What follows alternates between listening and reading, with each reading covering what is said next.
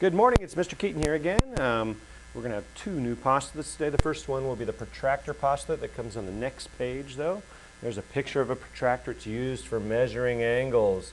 Starts over here at 0 and goes all the way around to 140 degrees there. Anyways, we get some vocabulary first. Down here we have acute, right, obtuse, and straight. Right angle, most people are familiar, equals 90 degrees. We show it by putting a little square in the corner, signifying that it's a right angle or a 90-degree angle, or it's a square. The obtuse means larger than 90 and less than 180. So if it's bigger than a right angle, but not a straight angle like this one here, then it's called an obtuse angle. So the measure of the angle A is greater than 90 and less than 180 degrees. And it's obtuse. Then we have the acute angle over here, when the measure of angle A is greater than 0 but less than 90. That's acute. It's a cute little angle. It's called acute. And then obviously a straight angle is when we have opposite rays here, they form a straight angle. Moving on to the next slide, let's go ahead and look at our postulates here.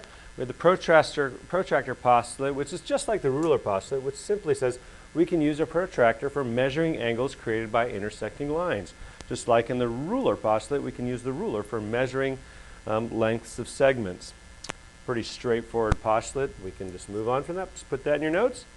Angle addition postulate, another very useful one. Just like with the segment addition postulate that we had the other day. It said this piece plus this piece is equal to this total piece. The angle addition postulate says if we have some angle and we have a point lying point P, so let's label this R, S, and I got to synchronize my pen here, R, S, and T.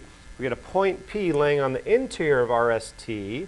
That can create a ray that goes through point P.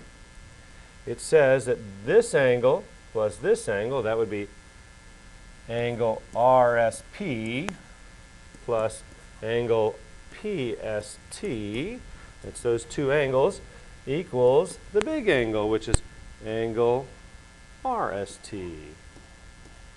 And that's what the, and just like in the segment addition postulate, if you have two things, you can find the third. If we have these two angles here, we can go ahead and find the third angle, the big one, which is just simply the combination of the two. So that's the angle addition postulate, used a lot. Here we go, down below we have congruent angles. We had congruent segments before, so we can say the angle RS, I'm going to make up an angle Y, is congruent to angle TAB. Now I don't have those angles drawn, but I'm stating that those two angles are the same.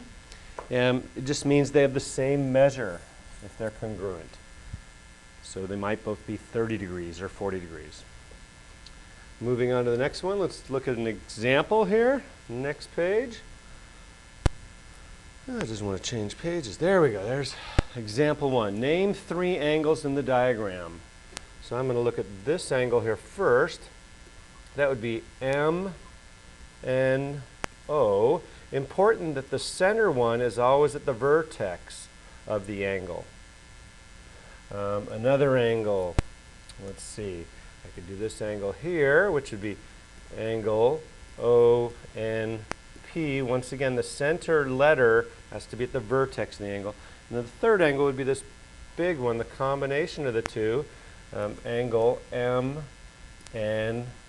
Once again, the center letter. Now I could have said PNM, that would have been the same angle, just spoken different, but the key thing is that center letter has to be the vertex. Let's look at this now. Use the diagram to find the measure of each angle. So DEC, that'd be this one. That starts at 0 and goes, oh, that's 90 degrees, isn't it? And DEA, that would be this total one. That's 180 degrees. That's a straight angle. And then CEB, that would be this one here. That looks like 10-20 degrees.